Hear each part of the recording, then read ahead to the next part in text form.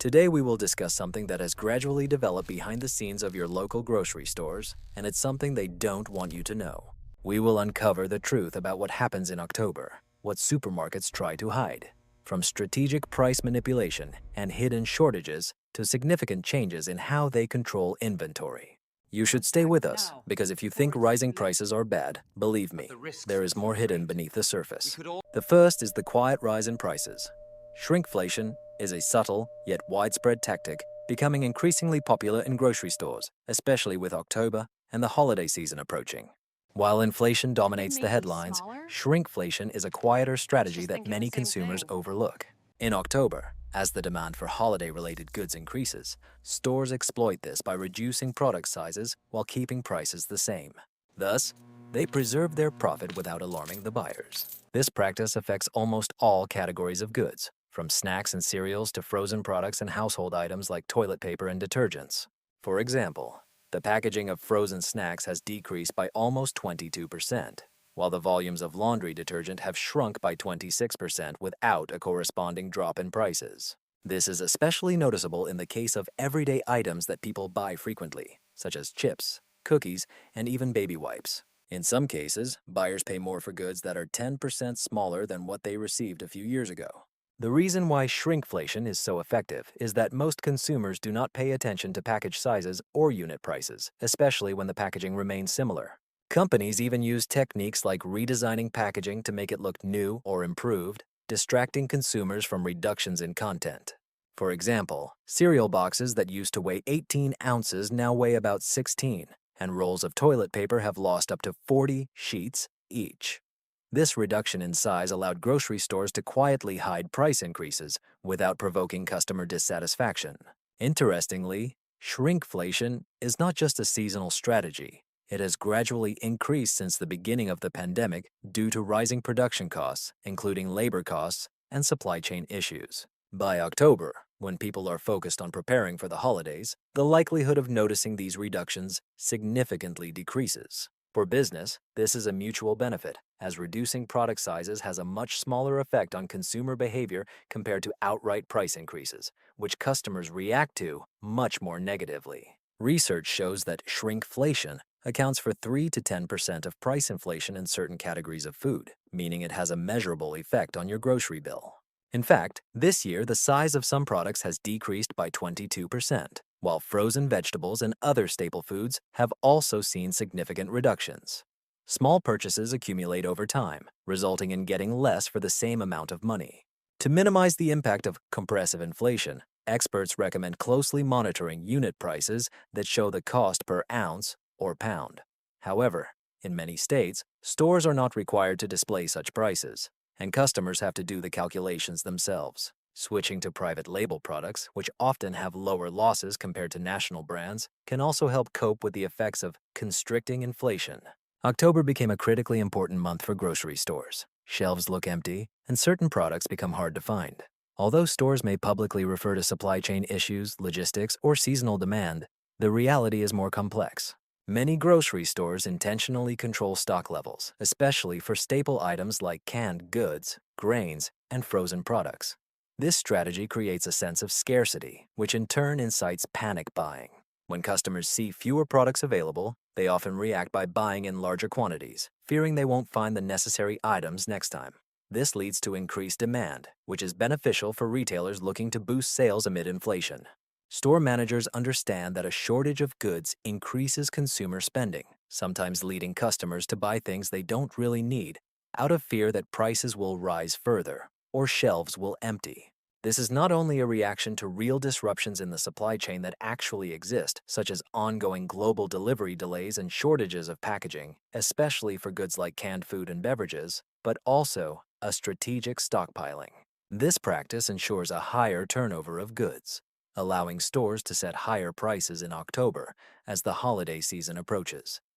Many retailers intentionally reduce the volume of stock they release at once, creating a cycle of perceived scarcity. The impact of such manipulation is felt worldwide.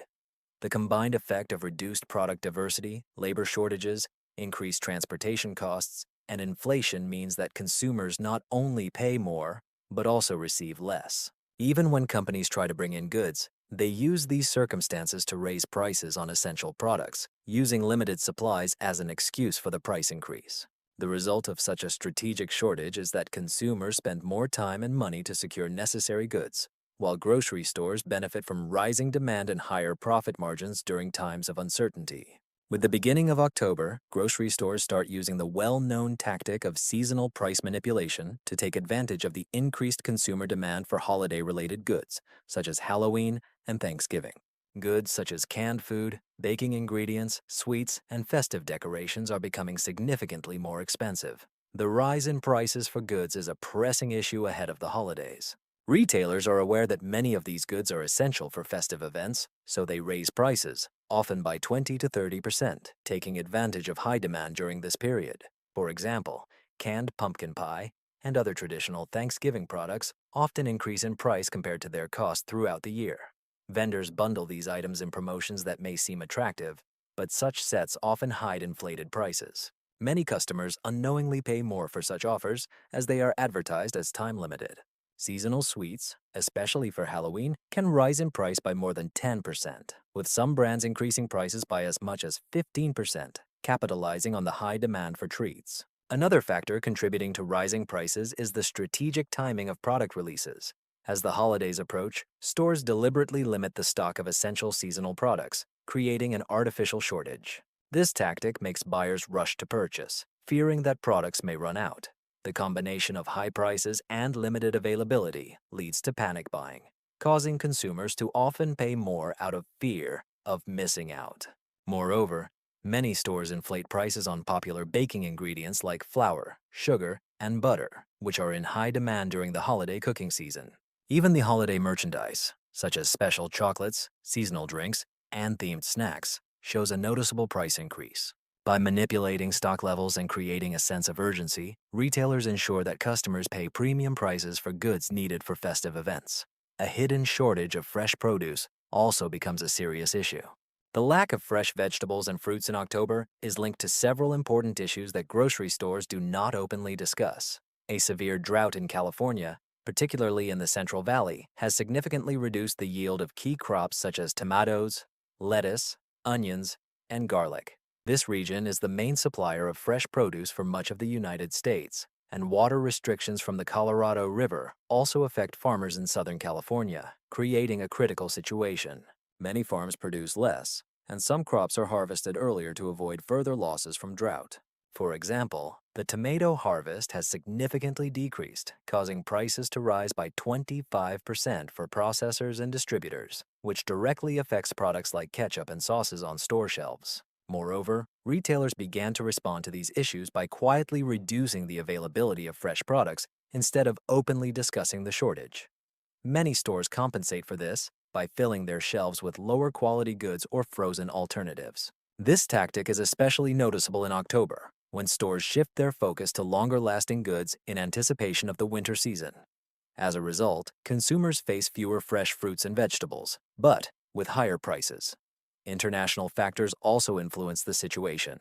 Frosts in South America have affected the production of bananas and coffee, leading to additional strain in the supply chain. Climate change exacerbates these weather conditions, and the indirect effects are felt in grocery stores more acutely than ever. The result was a combination of a reduced assortment, rising prices, and dependence on imported goods that may not match the quality of domestic products. Grocery stores are cautiously coping with the shortage of fresh produce, often focusing on high-margin items like shelf-stable goods or frozen products that are easier to store and sell in bulk. This allows them to maintain sales levels without drawing attention to the lack of fresh options, but leaves consumers with less choice and high costs for fresh, nutritious food. Stores use various clever tactics to manipulate consumer behavior, especially in product placement, to encourage greater spending without awareness. One key strategy is placing products at eye level. High-margin or premium products are much more often purchased when they are at eye level. This space is specifically reserved for brands willing to pay more for such placement, as research shows that shoppers are much more likely to take products that are easy to see and reach. Cheaper alternatives, including private label products and staples like pasta or rice, are often placed on the top or bottom shelves, making them harder to notice and less convenient to access. Another common tactic is the use of displays at the ends of aisles. These prominent displays are designed to attract attention to specific products, often creating the illusion that they are on sale or part of a special promotion. However, in reality, the products at the ends of the aisles are not always on sale. Stores rely on the visibility and placement of items to make customers grab them impulsively. Strategic placement of high-margin products at exhibitions allows stores to profit from impulse buying trends. Placing impulse buy zones near checkouts is another clever manipulation. While customers wait in line, their ability to make decisions often weakens due to fatigue from navigating the store, making them more susceptible to purchasing last-minute items like candy, gum, or magazines. These small, relatively inexpensive items require little thought but quickly add up, increasing overall expenses. Shoppers are also more inclined to make emotional purchases in this area, as they are often tired or stressed and feel justified in allowing themselves small pleasures. Additionally, grocery stores use product placement to encourage the purchase of sets. For example, chips may be placed next to dips or soda, nudging customers to take both products together, leveraging natural associations between items and subtly encouraging clients to buy more than they initially planned. Originally designed stores also manipulate the time that shoppers spend shopping to their advantage. Studies show that the longer a shopper is in the store, the more likely they are to make impulse purchases and exceed their budget. Supermarkets design their layouts so that essential items like milk and bread are located at the far end, forcing shoppers to pass by aisles of products they may not have intended to buy.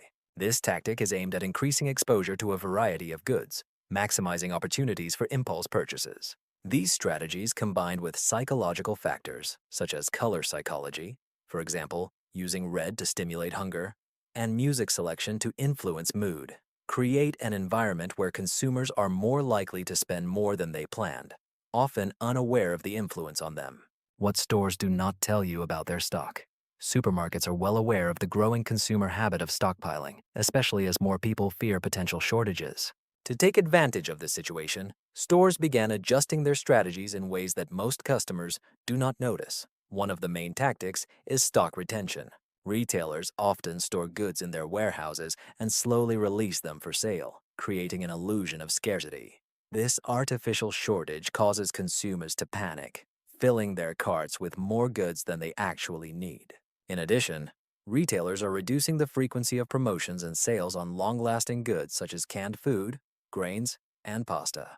In normal times, these products would regularly be included in promotional offers, but knowing that consumers are stockpiling in anticipation of shortages, supermarkets are cutting back on discounts and offers. Since people buy these goods in bulk out of fear, stores do not need to offer additional incentives. They already know that demand exists. This manipulation is not limited to just restricting supplies or canceling promotions. Supermarkets also use psychological tricks, such as placing remaining high-demand products in prominent locations in the store, signaling to customers that they are rare or scarce, even if they have additional stock in the warehouse. Such a strategic placement makes people think they must act quickly, which further encourages them to buy more than necessary at higher prices. Thus, supermarkets use the fear of future shortages to raise prices and create increased demand through scarcity tactics, even when the actual quantity of goods may not be as limited as it seems.